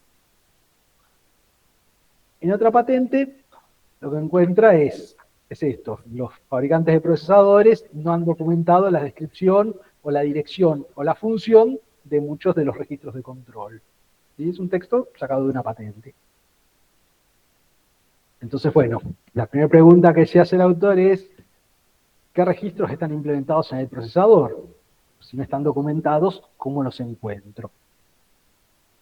Entonces, ¿qué hace? Activa una excepción, carga la dirección tentativa donde puede estar el registro y realiza un acceso a memoria. Si el acceso a memoria no genera una excepción, significa que el registro existía físicamente, y si genera una excepción, significa que el registro no existía físicamente. De esa manera se testea todo el mapa de memoria para encontrar estos registros. ¿Sí? Esa es la forma en la cual el autor buscó los registros no documentados del PIA-C3. Haciendo eso encontró 1300 registros. Hay 1300 registros no documentados en el procesador. De esos 1300, tiene que haber uno que active el segundo procesador y sus instrucciones. Entonces, ¿esos 1300 son realmente 1300 registros distintos? ¿O es el mismo registro que puede aparecer en distintas posiciones de memoria? ¿Sí? Cuando uno accede a memoria existe una cosa que se llama la decodificación completa, que es cuando uno, poniendo una posición de memoria exacta, accede a una posición de memoria física. Pero es posible mapear la memoria física de tal manera que un rango de posiciones de memoria acceda físicamente a una única posición de memoria física. ¿Sí? Piénsenlo de esta manera. Si yo tengo una dirección de memoria de 32 bits, pero tengo una memoria física de 16, vamos a hacer números más chicos, aunque sean irreales. Si yo tengo un rango de direcciones de memoria de 8 bits, yo tengo 256 posiciones de memoria. Pero si yo físicamente conecto una memoria que tiene 4 bits, es decir, 16 posiciones de memoria, hay 64 posiciones de memoria de mis 256 posiciones de memoria existentes que van a parar a una única dirección física de mi memoria de 16 bits. A esa memoria se la conoce, es más común en los sistemas embebidos, se la conoce como memoria fantasma, porque es memoria lógica que es distinta, pero que accede a una misma memoria física. Ese es el concepto. Hay memoria física que está mapeada a varias posiciones de memoria lógica. Y es un poco lo que él plantea con estos 1300 registros, es decir, ¿hay realmente 1300 registros distintos o en realidad hay 120 registros que se repiten en distintas posiciones de memoria? Entonces, hay que encontrar cuáles son los registros únicos de esos 1300. Entonces, ¿cómo lo hace? Calculando el tiempo de acceso. De acuerdo al tiempo de acceso que le lleva a acceder al registro, él determina si está accediendo a un mismo registro físico o a dos registros, o a dos posiciones de memoria distintas acceden al mismo registro físico, o están accediendo a dos registros físicos distintos. Y eso testeado para todos los registros. ¿Sí? Y hace una estadística de eso. Entonces, ¿qué es lo que él ve? Que cuando los registros físicos tienen funcionalidades distintas, su tiempo de acceso es distinto. Y los registros que son, digamos, que son mapeos de distintas posiciones de memoria del mismo registro, tienen el mismo tiempo de acceso. De esa manera, él puede diferenciar qué es un registro físico único y en qué rango de memoria está, y qué cosa es simplemente el espejo de aparecer en el mismo registro físico en varias posiciones de memoria distintas, a través del tiempo de acceso. Entonces, lo que él plantea, ahí ya, digamos, es una hipótesis, es el registro que hace esto no tiene repeticiones en memoria, es decir, el registro físico que permite activar este segundo procesador aparece una sola vez en el mapa de memoria. Es decir, no aparece repetido en distintas posiciones. Eso es lo que, una postulación como para ver si eso pasa. Y encuentra que hay un registro en el cual eso sucede, o varios registros en los cuales eso sucede. Entonces, con ese análisis, él logra reducir los 1300 registros accesibles lógicamente a 43 registros físicos implementados en el procesador, que obviamente siguen sin estar documentados, fueron encontrados a través de este análisis que les comento. Ahora bien, 43 registros son 2700 bits para chequear. Hay que identificar cuál de esos bits es el que activa la instrucción que antes no estaba en el set de instrucciones y que al activarla pasa a estar. ¿Sí? Entonces, ¿cómo hacer eso? Bueno, hay una herramienta que se llama SunShifter, que permite hacer ese tipo de análisis. ¿Qué hace esa herramienta? Va cambiando cada uno de esos 2700 bits uno por uno. Ahora bien, son registros físicos, así que algo hacen, con lo cual activarlos seguramente va a romper algo. Entonces lo más probable es que el procesador se bloquee, se congele, se resete, explote o de alguna manera deje de funcionar. Entonces él implementó un sistema automático de testeo de cada uno de estos bits, porque él no puede resetear a mano el procesador cada vez que uno de estos bits rompe algo. ¿Sí? Entonces, bueno, esto es un poco el esquema que hizo para hacerlo. Perdón, había una foto donde él mostraba el banco de pruebas que hacía. La idea es que él ejecutó en forma automática esta herramienta que fue seteando los bits uno a uno, y cuando el procesador quedaba congelado reseteaba el sistema y volvía a probar con el siguiente. ¿Sí? La idea es que tiene un sistema monitor que, digamos, tiene el procesador que está monitoreando, tiene otro procesador que está monitoreando ese procesador, va invirtiendo los bits y cuando detecta que el procesador se congeló, a través de un relé resetea al procesador. ¿Sí? Haciendo eso, va registrando cuáles bits fueron cambiados y no hicieron explotar al procesador. Eso le llevó más o menos una semana y de esa manera identificó qué bits de qué registros pueden ser cambiados sin que el procesador explote.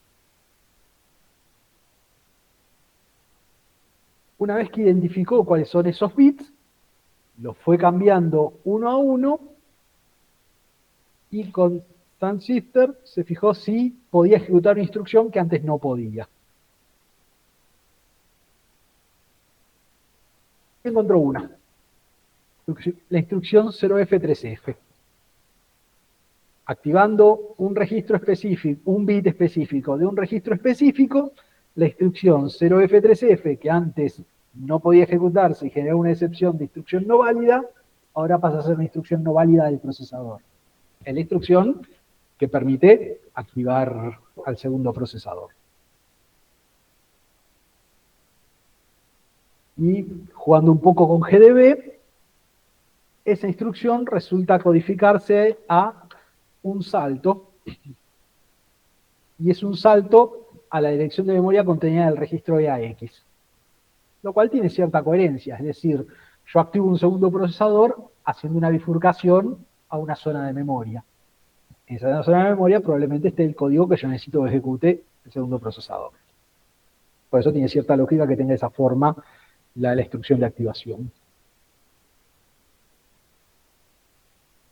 Entonces, encuentra que el registro 1107 bit 0 activa esta instrucción. Y es el que se conoce como Global Configuration Register. Es decir, el registro que permite habilitar el procesador, el cual se activa a través de la instrucción 0F3F.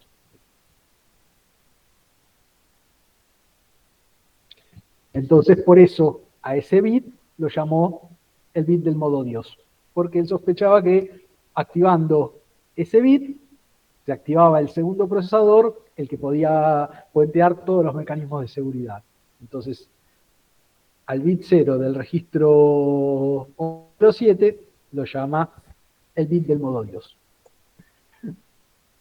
Bien. Encontró el registro que activa el segundo procesador. Encontró la instrucción que lo activa. Bien. ¿Cómo hace para ejecutar código en ese procesador? Por eso esta sección se llama el puente x86.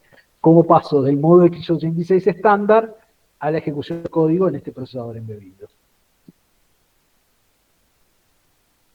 Bueno, viendo la patente, estudia la arquitectura del decodificador de instrucciones del procesador, de cómo es la estructura del decodificador de instrucciones, y ve que hay instrucciones x86, que si el procesador está en modo RISC, es decir, con el segundo procesador activado, pasan a un decodificador independiente. Es decir, no usan el decodificador de instrucciones x86, sino que usan otro tipo de decodificador. Entonces, como esta instrucción activa el segundo procesador y permite que parte de las instrucciones pasen a ser decodificadas por otra parte, por otra sección del procesador, la llama la instrucción puente. ¿Sí? Es decir, la instrucción que permite switchear de un procesador a otro o de un modo a otro. Ahora bien, ¿cómo detectar cuál es esta instrucción que permite la computación? Porque hasta ahora encontró la instrucción de activación. Ahora falta la instrucción que permite que la decodificación, en vez de hacer la arquitectura x86 estándar, se haga según este procesador. Entonces, si este procesador puede puentear mecanismos de protección, entonces una instrucción ejecutada en anillo 3 debería saltar. ¿Cómo se detecta que salta? Porque el procesador de alguna manera explota. Pero esto no debería pasar si es una instrucción estándar. ¿Se entiende? Las instrucciones estándar no van a hacer explotar el procesador. Si hay una instrucción que sí lo hace, probablemente sea una instrucción que se ejecutó por el decodificador de este segundo procesador en vez de decodificarse a través de la arquitectura x86 estándar. Entonces, de vuelta, a probar una por una, a ver cuáles son las instrucciones que no hacen explotar al procesador.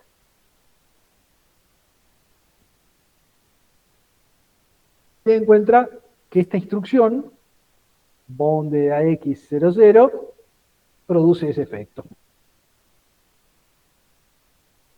Cuando uno ejecuta esta instrucción, la constante de 32 bits que está acá se envía al otro procesador y pasa a ser codificada por la lógica del otro procesador y no por la arquitectura x86 estándar.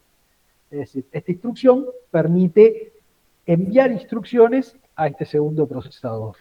Es decir, ya se sabe cómo activarlo, ya se sabe dónde está, cómo activarlo, y ahora se sabe cómo mandarle instrucciones.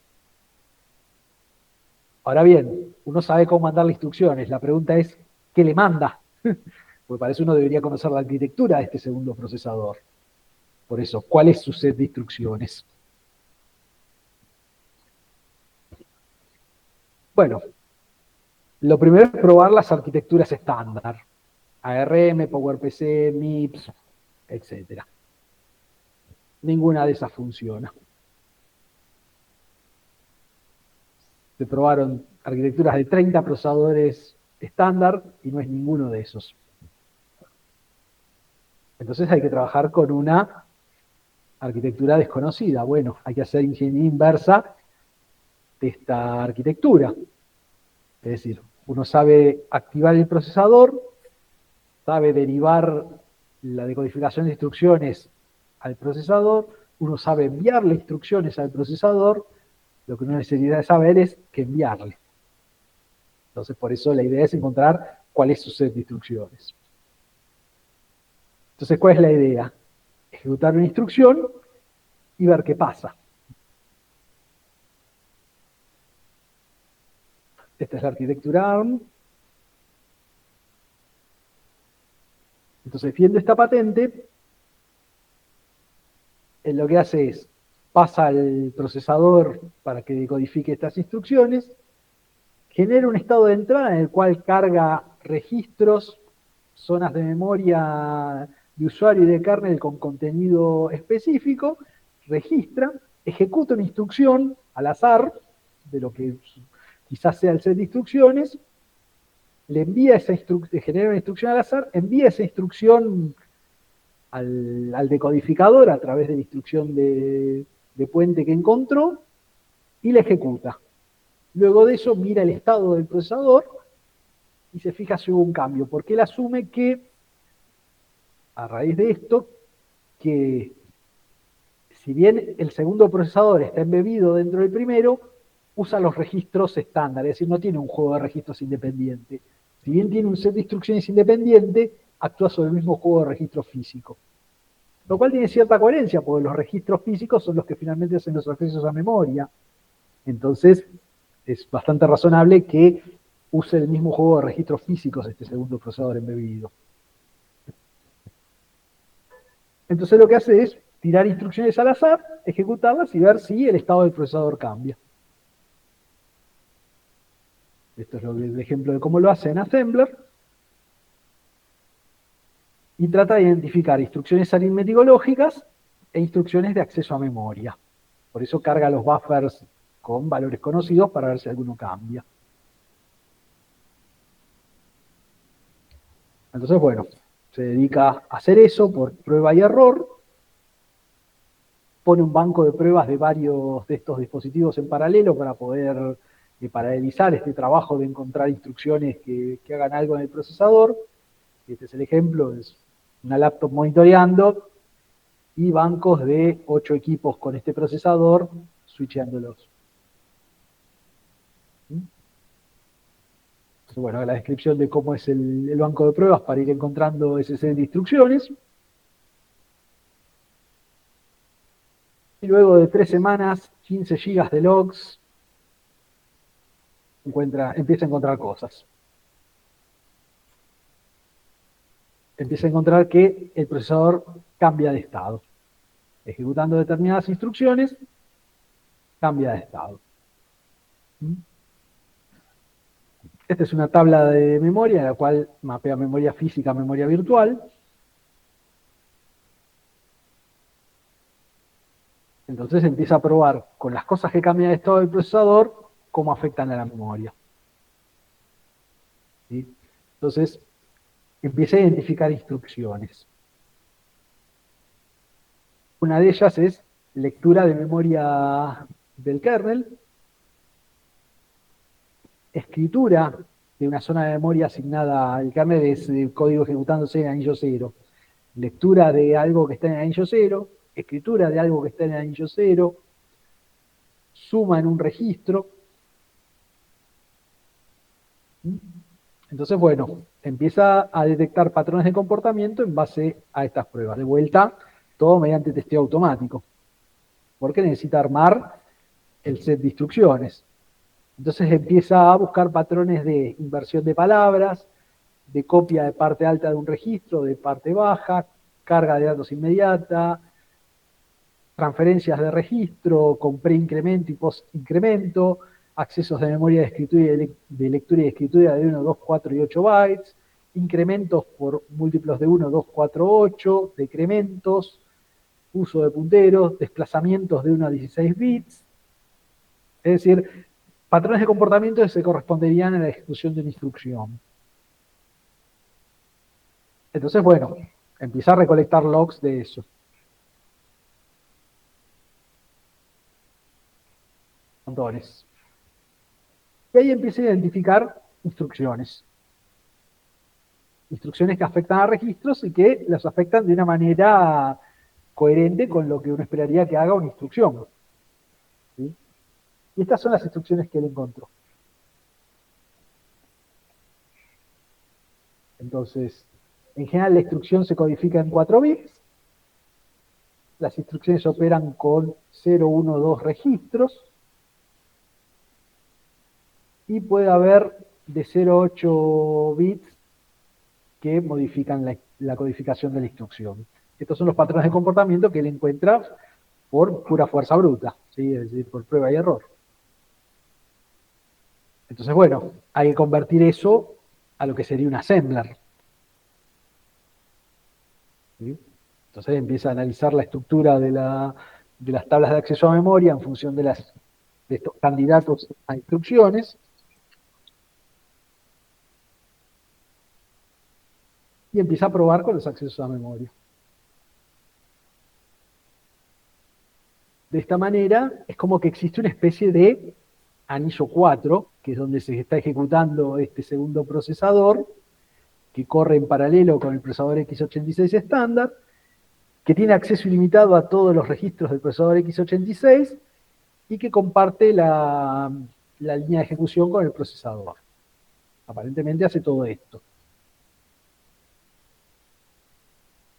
Entonces, bueno, La pregunta ¿es posible ejecutar código desde el anillo 3 con zonas de memoria que deberían ser solo accesibles desde el anillo 0? En principio, uno debería estar sí o sí en el anillo 0 para poder acceder a la memoria de anillo 0, ya sea a través del set de instrucciones x86 o a través de este procesador. Entonces él dice, o no. Bueno, no.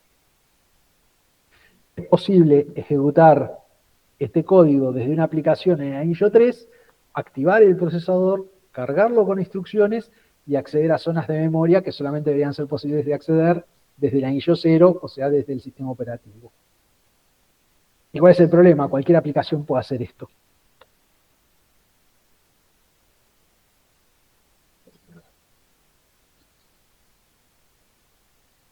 Entonces, ¿cuál es el problema de que una aplicación pueda acceder a código de anillo 0? Que eso no se puede parar ni con un antivirus, ni con mecanismos de protección de rangos de direcciones de memoria, ni con mecanismos de protección de ejecución de datos, ni con firma electrónica de códigos, ni con chequeos de integridad de kernel. ¿Por qué? Porque lo que está ejecutando esto no es parte del kernel o parte del software visible por el sistema operativo de otras aplicaciones, sino que es software que se está ejecutando en un segundo procesador fantasma dentro del procesador principal. Ergo, no hay forma de frenar esto. ¿Uno qué podría hacer? Y podría actualizar el procesador para sacar esto. Pero bueno, el fabricante lo hizo así, alguna intención tiene. Entonces, la idea de esta charla es mostrar que este tipo de backdoors evidentemente existe en el mundo real y que pueden ser encontrados aplicando técnicas y herramientas con cosas como las que se ven en esta materia. Pues bueno, los proyectos de las herramientas que él usó, el Rosenbridge, el Nick Shifty, y los links para buscar más información al respecto. Bien, pudo ser un poco excesivamente técnica esta charla, un poco la intención es abrir el panorama y plantear que, a ver, este segundo procesador está en una patente, es decir, no es información secreta. Y segundo, no está de casualidad embebido, fue puesto intencionalmente ahí. Entonces, una cosa es vivir en un mundo en el cual nuestros dispositivos informáticos, en los cuales guardamos información personal, pueden tener algún tipo de vulnerabilidad por una mala implementación o cosas por el estilo, y que pueden ser usados para acceder a información. Otra cosa muy distinta es plantear que estos dispositivos son diseñados con mecanismos para puentear los mecanismos de seguridad que uno podría encontrar por software o por hardware. Entonces, ustedes como profesionales de la informática van a ser responsables por la integridad y la confidencialidad de la información de los sistemas que tengan a cargo. Entonces, tienen que tener conciencia de que estas cosas pasan. Entonces, un poco la idea de esto es mostrarles en qué se usan las cosas que vemos en esta materia, en un caso de estudio como este que vimos recién, y abrir el panorama en el sentido de que no estamos hablando de teorías conspirativas, estamos hablando de cosas que se venden y de cosas que están patentadas. Estamos hablando de cosas reales. Entonces, tomemos conciencia de que este elemento está dando vuelta en los equipos que usamos, que administramos, o en los cuales guardamos información, ¿sí? Entonces, un poco esa es mi intención, abrir un poco la cabeza en el sentido de, miren que estas cosas pasan, no son solo teorías conspirativas. En algunos casos tienen ciertos visos de realidad. Bueno, un poco esto quería mostrarles. Escucho comentarios, ideas, opiniones. ¿Les pareció aburrido? ¿No entendieron absolutamente nada? Ahora hablemos de alguna serie de Netflix. Por mi parte, te entendí hasta la mitad, después de la parte me perdiste. Es como mucha información Está bien. de Sí, una. sí. Por eso me interesa más que nada resaltar el qué. Es decir, mediante una fuerza bruta ordenada es posible encontrar cosas que a primera vista por ahí ni siquiera se sabe que están, como estos registros específicos, no están documentados, es decir, si uno lee la documentación del fabricante del procesador no va a encontrar información sobre esos registros, pero hay mecanismos para encontrarlos. Eso es un poco. Por eso me interesa centrarme en el qué más que en el cómo. El cómo pueden ver la charla original, pueden volver a ver esto después de 5 materias más y lo van a ver seguramente más claro, etc. La idea es, fíjense que puede haber cosas ocultas en el hardware.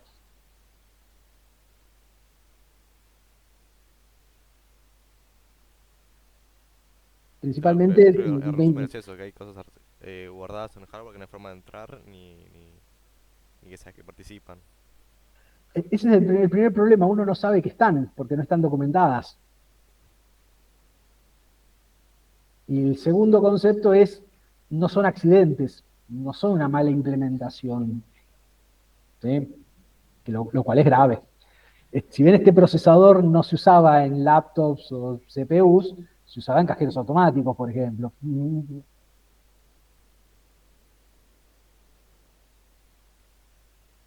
Y nada de esto entra en el final. Es solamente un ejemplo de aplicación de lo que vimos en la materia y de cosas que uno puede encontrarse en la vida cotidiana.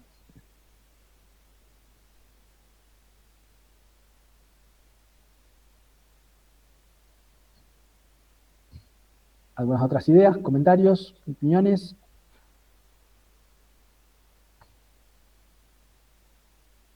Hay que agregar una clase, me parece. No hay problema, está grabada. Ahora después la mandamos. De vuelta, la idea no es centrarse tanto en el cómo, sino en el qué. Es decir, ¿cómo se hizo todo esto? Sí, son técnicas de ingeniería inversa que por ahí lleva un tiempo entenderlas. El tema es el qué. El primer qué es, hay registros que no están documentados en el procesador. Algunos pueden tener funciones inocuas, otras no tanto. Es posible encontrarlos, es decir, no son cosas que están más allá de nuestra comprensión, es decir, aplicando ingeniería inversa de una manera más o menos sistemática, es posible encontrarlos. Eso es un poco los dos ejes para transmitir, más allá de todo lo técnico que les expliqué ahora. Digamos, todo eso técnico es más que nada para decir, miren, el assembler tiene un sentido, permite encontrar estas cosas. Esto con Python no se puede encontrar. Sí o sí hay que hacerlo con assembler. Por eso un profesional de informática tiene que conocer assembler. Tiene que conocer distintas arquitecturas. Tiene que abrir la cabeza en el sentido de que no todo se hace de una única manera. Un poco esas son las ideas que me interesa dejar. Después, específicamente, ¿qué se encontró en el procesador VIA C3 de hace 10 años atrás? Pasó hace 10 años ya, seguro que no está.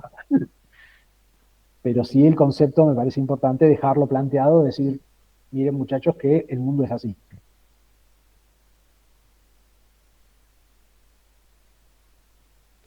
Sí entiendo que por ahí es excesivamente técnico. Voy a ver si puedo encontrar una forma de resumir todo esto a un nivel menos técnico como para que quede más clara la intención del mensaje a transmitir.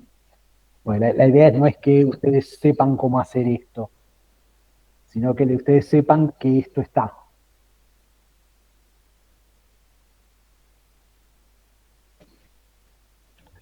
Bueno, eso es un poco lo que tenía para contarles. Con esto se cierra el tema de set de instrucciones.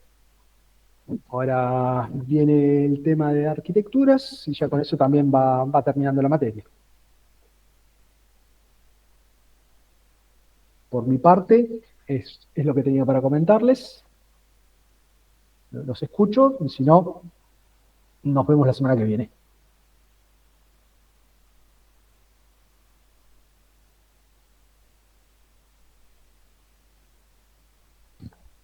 Por mi parte yo no tengo dudas. Todo está tan claro en la clase, obviamente, por el contenido que no pude escribir. No hay problema, no hay problema. Va a quedar grabada y la subo al campus. Dale, gracias. Nos vemos, profe. Nos vemos, Hasta luego. Chau, chau. Chau, Chao, profe. buenas noches.